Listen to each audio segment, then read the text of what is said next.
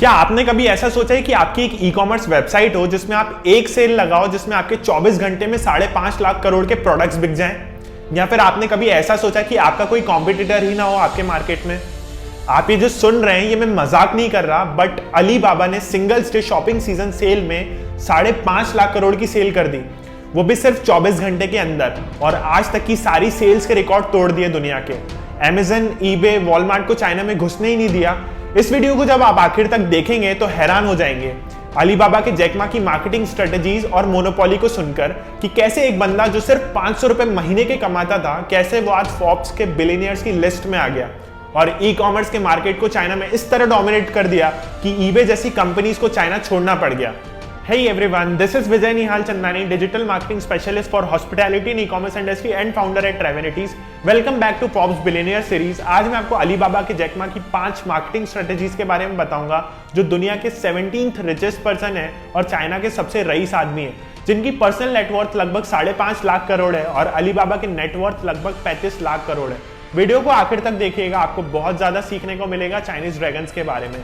इनकी पहली स्ट्रेटेजी है failures and rejections. Jack Ma जब स्कूल में थे तब ये 2 बार फेल हो गए, जब मास्टर्स करने गए 3 बार फेल हो गए, हार्वर्ड यूनिवर्सिटी में पढ़ने की बहुत इच्छा थी, 10 बार अप्लाई किया, फेल हो गए। KFC पहली बार चाइना में आया था, 25 कैंडिडेट्स इंटरव्यू के लिए बैठे थे, 24 सिलेक्ट हो गए, जैक मा को रिजेक्ट कर दिया। 30 से ज्यादा बार जॉब के लिए अप्लाई किया, सब में रिजेक्ट हो गए। एक बिजनेस स्टार्ट किया था चाइना पेजेस के नाम से, उसमें भी फेल हो गए, बट हार नहीं मानी। Alibaba.com स्टार्ट किया 18 लोगों के साथ मार्केट की एक प्रॉब्लम को समझकर, और आप बिलीव करोगे 3 साल तक 1 रुपए भी नहीं कमाया। सिर्फ लोगों के थैंक्स के ईमेल ने इनको बहुत साहस दिया और फिर सॉफ्ट बैंक से इन्होंने सन 2000 में 150 करोड़ की फंडिंग उठा ली और अपना सफर स्टार्ट कर दिया। सेकंड है द क्रोकोडाइल मूव। जब इन्होंने अलीबाबा शुरू किया था चाइना में, तब अलीबाबा बहुत छोटी कंपनी थी उस वक्त। ईबे चाइनीज मार्केट में आया, उसने एक चाइनीज कंपनी ईचनेट को परचेस किया लगभग 1100 करोड़ में, और ये एक बहुत बड़ा मर्जर था जो अलीबाबा को खत्म कर सकता था।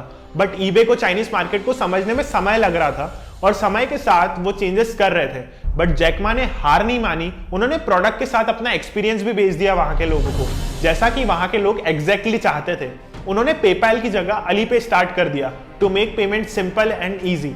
Apart from this they started Taobao.com, जिसमें यूजर्स डायरेक्टली कनेक्ट हो सकते हैं मैन्युफैक्चरर्स से, एंड उन्होंने Taobao 3 साल के लिए फ्री कर दिया, जिससे ईबे पे काफी ज्यादा प्रेशर हो गया और फिर इसी तरह ईबे को चाइना छोड़ना पड़ा। और उन्होंने एक इंटरव्यू में कहा था, ईबे एक बड़ी शार्क है समुद्र में और वो एक क्रोकोडाइल है एक नदी के।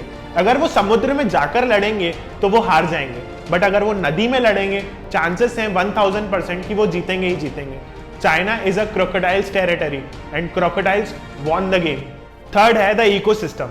जैक मा की जो कंपनी है वो बेसिकली 3 मेजर वेबसाइट्स पे बनी है, Taobao, Tmall एंड Alibaba.com। इन तीनों प्लेटफॉर्म्स पे इनके पास लाखों करोड़ों यूजर्स हैं, मर्चेंट्स हैं और बिजनेसेस हैं, जिसका सिंपली ये मतलब है they can be used by anyone anywhere for anything in the world. अब आप ऐसा समझिए, एक यूजर है दीक्षा जो बीजिंग में रहती है, जिन्हें ब्लेंडर्स खरीदने थे, तो वो सिंपली Taobao.com पे जाती है और वहां पे एक सेलर हैं दीपेश जो शंघाई में रहते हैं, उनसे खरीद लेती है और दीपेश सिंगल ब्लेंडर्स बेचते हैं कॉम्पिटिटिव प्राइस पे, और दीक्षा इस ट्रांजेक्शन को पे करने के लिए पेपाल की जगह अली पे यूज करती है और दीपेश अली पे एक्सेप्ट कर लेते हैं।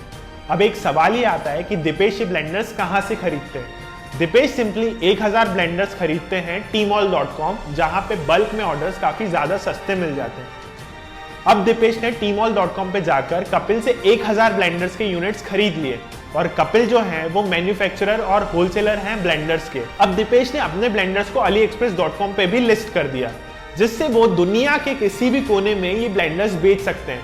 अब हिमानी जो कि कैलिफोर्निया में रहती है, वो AliExpress.com पे जाती है और वहां से दीपेश से ब्लेंडर्स खरीद लेती है, और इस ट्रांजैक्शन को कंप्लीट करने के लिए भी अगेन वो अली पे ही यूज करती है। अब दीपेश के काफी सारे ब्लेंडर्स बिकने लगे और दीपेश को अपना बिजनेस बढ़ाना है। अब दीपेश के पास पैसे नहीं है कि वो और ज्यादा ब्लेंडर्स कपिल से खरीद ले, सो अब दीपेश यूज करते हैं एंड फाइनेंशियल, जो कि एक कंपनी है अलीबाबा की, जिससे दीपेश को 10,000 यूनिट्स खरीदने का लोन मिल जाता है। सो जैक मा ने अब ऐसा इकोसिस्टम बना दिया कि आपको खरीदना है, बेचना है, डिजिटल पेमेंट्स करने या आपको फाइनेंसिंग करानी है, आपका सारा काम अलीबाबा के प्लेटफॉर्म पे कर सकते हो। और ये तो कुछ नहीं, अब अलीबाबा ने खुद की शिपिंग कंपनी भी खोल ली है जिसका नाम है सियानो, मैसेजिंग ऐप बना लिया लाइवांग, और मूवी स्टूडियो भी बना लिया अलीबाबा पिक्चर्स।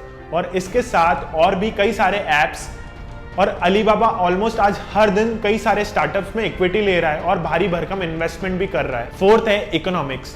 अलीबाबा ने जब अपना आईपीओ मार्केट में निकाला तो वो 1,85,000 करोड़ का था, जो कि इतिहास का सबसे बड़ा आईपीओ था, जिसने जैक मा को चाइना का सबसे रईस आदमी बना दिया। उनकी आज मार्केट कैपिटलाइजेशन 35 लाख करोड़ है and it is the 7th largest public listed company in the world. इसी के साथ इन्होंने अली एक्सप्रेस स्टार्ट कर दिया, याहू को टेक ओवर कर लिया और जू होटल्स को भी एक्वायर कर लिया। Then they started Alibaba Cloud, which is a cloud hosting services. Then they acquired Hi China, जो कि एक hosting site है, और उसको Alibaba Cloud Services के साथ कनेक्ट कर दिया। और Alibaba आज आर्टिफिशियल इंटेलिजेंस में भी काम कर रहा है। 2020 की एनुअल रिपोर्ट्स में अलीबाबा ने बताया कि उनके 75 करोड़ रिटेल एक्टिव कंज्यूमर्स हैं, जो कि यूनाइटेड स्टेट्स की पॉपुलेशन के ऑलमोस्ट डबल है। फिफ्थ है complaints to opportunities. Stop giving excuses, stop complaining. Opportunity lies where people complain. Everybody complains, but if you solve that complaint, that's an opportunity. Don't be scared of failures. When he started, there were 18 founders. Nobody was smart. Everybody was poor and learned from middle class school. What keeps them moving is they all were united and optimistic for future. And they made a lot of mistakes and learned from it. When you will walk in the journey, you will walk through so many tough situations. And these situations will make you different. He started Alibaba जब China में internet भी नहीं था। What are your excuses? Today is hard, tomorrow is worst, but day after tomorrow will be a sunshine. ये थी एक कहानी उस आदमी की जिसने एक छोटे से अपार्टमेंट से स्टार्ट किया, लाखों बार फेल हुआ, हार नहीं मानी, गिरा और फिर से खड़ा हो गया और सिलिकॉन वैली के जाइंट्स को भी हरा दिया। खुद पे विश्वास और विजन सही हो तो दुनिया में हम लोग कुछ भी कर सकते हैं। Nothing is impossible. आप भी एक स्टेप लीजिए, अपने बिजनेस को ऑनलाइन ले जाइए, ई कॉमर्स वेबसाइट बनवाइए हमारे साथ और बेचना शुरू कीजिए लाखों करोड़ों कस्टमर्स को। इसके साथ साथ हमारे प्लेटफॉर्म पास वाली दुकान पे भी जुड़िए, हम भी हेल्प करेंगे आपके प्रोडक्ट्स लोकली और ग्लोबली सेल करने में। इसके लिए बस आपको सर्वर चार्जेस देना है, दैट्स इट। अभी व्हाट्सएप कीजिए इस नंबर पे या नीचे लिंक पे जाइए और छोटा सा फॉर्म फिल कीजिए। हमारी टीम आपको कॉल करेगी और हेल्प करेगी।